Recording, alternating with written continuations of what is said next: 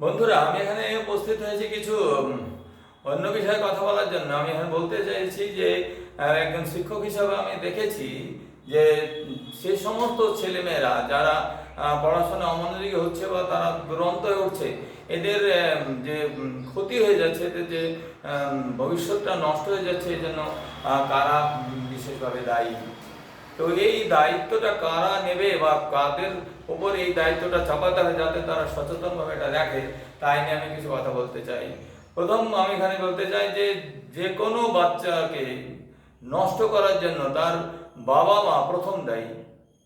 বাবা মা এই জন্য প্রথম দায়ী কারণ এখন বর্তমানকালে নিজেদের তথাকথিত ব্যস্ততাকে প্রমাণ করার জন্য, নিজেদেরকে খুব বেশি ইনভলভ রাখার জন্য, নিজের মধ্যেই ডুবিয়ে রাখার জন্য তারা বাচ্চার প্রতি যে একটা সহানুভূতিপূর্ণ মনোভাব, যে স্নেহ, যে পরস্পরের প্রতি একটা অত্যন্ত নিকট সম্বন্ধের যে এটা পরিস্থিতি, সেটাকে তৈরি করা হয় না।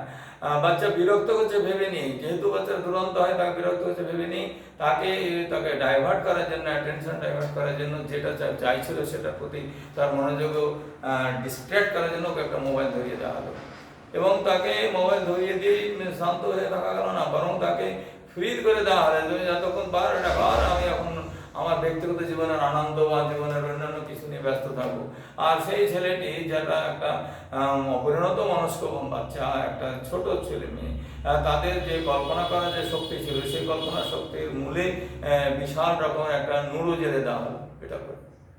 ঠিক আছে, সেই নুড়োর আগুনে সেই কল্পনাটা উবে গেল সেই ছোট বাচ্চাটির মন থেকে। সে কিছুতেই ক্ষিপ্ত হয়ে বসে যে কিছু ভাববে বা যে পড়াশোনা করবার সময় যে স্থিরতা দরকার, সেই স্থিরতা সে শিখবে না। ছোট ছোট বাচ্চারা বিভিন্ন ধরনের রিল দেখছে, তাদের ছোট ছোট শর্টসগুলো দেখছে, এবং সেক্স এবং ভায়োলেন্সের যে বেশি বেশি করে পছরা হয়ে যাচ্ছে, মানে এতে ইন্টারনেটের মাধ্যমে বাচ্চাদের নাগালে পৌঁছে যাচ্ছে, তারা এগুলো দেখছে। এই যে ভালগারিটি, এই যে সেক্স অ্যান্ড ভায়োলেন্স ছোট থেকে দেখে অভ্যস্ত হচ্ছে, তার মধ্যে বিকৃতি আসাটা খুব অসম্ভব কিছু নয়। তো এই বাচ্চাদের এভাবে নষ্ট করার পিছনে মোবাইল হাতে ধরিয়ে দেওয়া একটা বড় কারণ।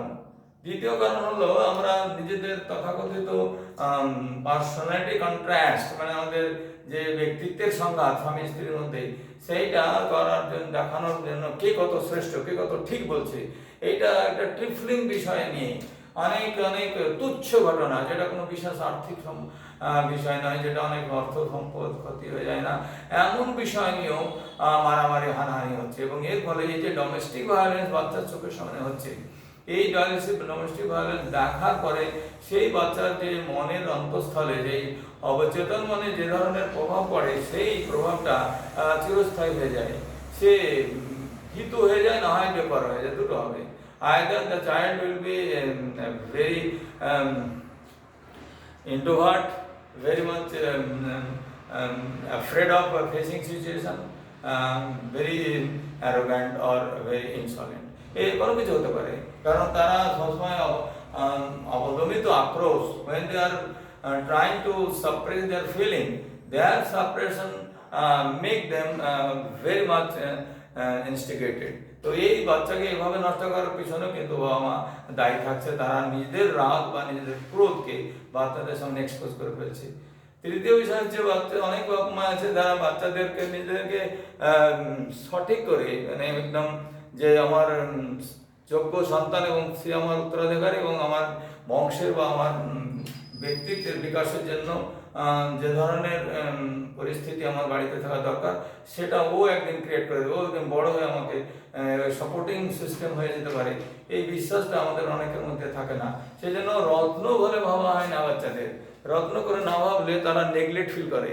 বাচ্চা কিছু জিজ্ঞাসা করতে বলে, ঠিক আছে তুই জানবি না, তুই পারবি না, বলে ওকে দূরে সরিয়ে দাও। এর ফলে ওদের যে দূরত্ব তৈরি হলো, তার কখনোই সে আর কাছে গিয়ে, বাবা মায়ের কাছে গিয়ে ওই বিষয়টা নিয়ে আর কথা বলতে চাইবে না বা কথা বলতে পারবে না। তো এইভাবে তারা ভিতর থেকে অসহিষ্ণুতা ডেভেলপ করবে।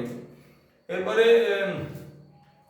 রত্ন না ভাবার কারণে ওদের পড়াশোনার প্রতি যে মনোযোগিতা দরকার, ওদের বিশ্বাস হওয়া দরকার যে আমিও একজন জিনিয়াস, আমার মধ্যে সেই গুণ রয়েছে মানুষে ওঠার, সেই বিশ্বাসটা একেবারে নড়ে যাবে, একদম যাকে বলে ভিত নড়ে যাবে, এবং বিশ্বাসটা যদি নড়ে যায় সে কখনোই নিজেকে নির্মাণ করতে পারবে না। তো বাচ্চাদের যে ব্যক্তিত্বের নির্মাণ, এই ব্যক্তিত্বের নির্মাণটাকেও প্রতিবন্ধিত করা, মানে নষ্ট করার জন্য বাবা মা দায়ী থাকে।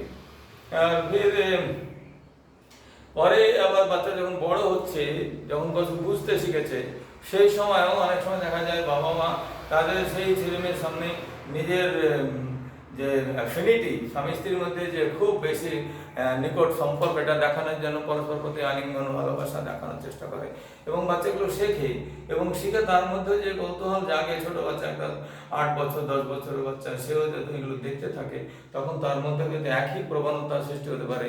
তাদের প্রিম্যাচিওর যে টেন্ডেন্সি এগুলো তাদের মধ্যে জাগিয়ে দিল, তাদের বিকৃত মানসিকতার দিকে ঠেলে দেওয়া হচ্ছে। এগুলো বাপ মা করে থাকে। এ ব্যাপারে সাবধান হওয়া প্রত্যেক ব্যক্তির দরকার, কারণ জীবন কখনো একটা জায়গায় থেমে থাকে না। নিজের জীবনটা নিয়ে চলে গেলাম, বাকিটা যারা যেমন তাই করবে, এটা তো একজন অকৃতজ্ঞ মানুষের লক্ষণ। তুমি যদি এটা না ভাবো যে আমার পরে আমার যারা আছে, তারা আমার উত্তরসূরি, তারা আমাদের বংশের ধারক বাহক, এবং ধারক বাহকগুলোকে আমি ভালো করে রেখে যাবো, তবে সে তার পরবর্তী প্রজন্মকে সে এগিয়ে নিয়ে যাবে। তো আমরা যদি সেই জেনেটিক ফিচারটা, আমার বংশগতির ধারাকে নিজেরাই জ্বালিয়ে পুড়িয়ে নষ্ট করতে থাকি, তাহলে কিছুতেই বাচ্চা সেভাবে নিজেকে একদম সংগঠিত করতে পারবে না। তাহলে আমাদের এইভাবে বাচ্চাগুলোকে নষ্ট করার ক্ষেত্রে আমরাও বাচ্চারাই দায়ী থাকছি। তারপর আরো যখন যুবক হয়ে যাচ্ছে, তাদের ওপর সার্ভেলেন্স থাকে না, আমার কোনো ধরনের নিয়ন্ত্রণ, ভালোবেসে করতে হয় না, এটা রাগ দেখে মেরে দেওয়া হয় না। মানে গেল আমি পুরুষ, আমি একটা ছেলে, আমি আমার ছেলেকে মারতে পাবো, এ ধরনের অ্যাটিটিউড কখনোই কাম্য নয়। কারণ সেই ছেলে যখন বড় হচ্ছে, সে কখনোই তার সে আত্মসম্মান উপর কোনো ধরনের আঘাত বা বেজ্জতিটাকে সে বরদাস্ত করবে না, সে মধ্যে রাগ বসে নেবে।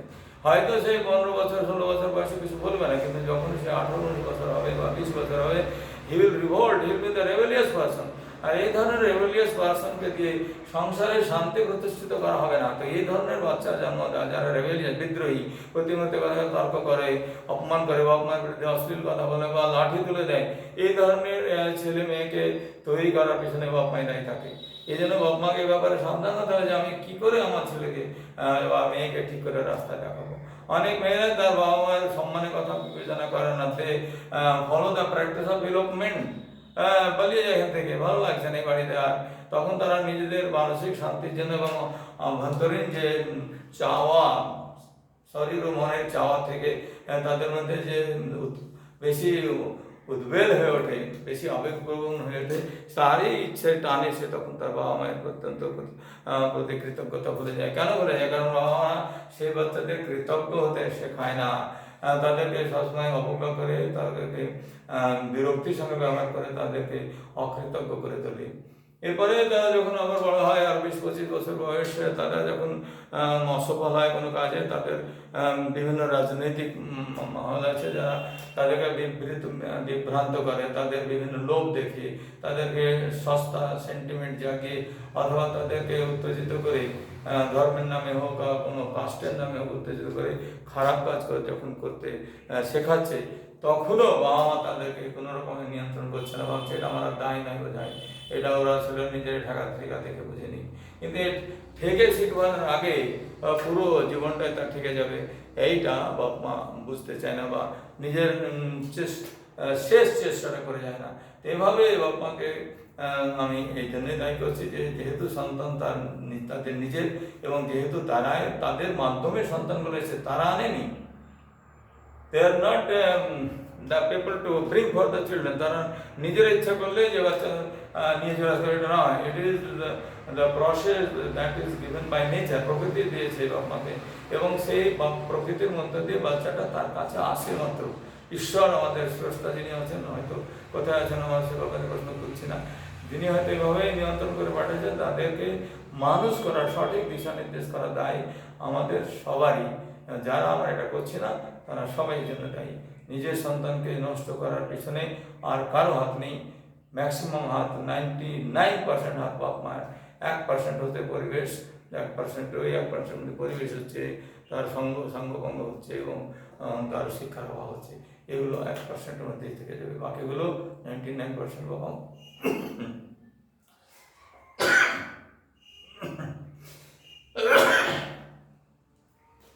সরি। যদি আমার এই কথাগুলো সত্যি মনোগ্রাহী হয়, ভালো লাগে, তো এটাকে লাইক করে দিও এবং নিজের জীবনও প্রয়োগ করার চেষ্টা করবে, তাহলে অবশ্যই অবশ্যই কিছু তো ভালো দিকটা ঘুরে আসবে, আমরা নিশ্চয়ই এগুলো জেনে নিতে পারবো। ঠিক আছে, এইটুকু বলে আমার এখানে শেষ করছি। সবাই ভালো থাকবে। Thank you.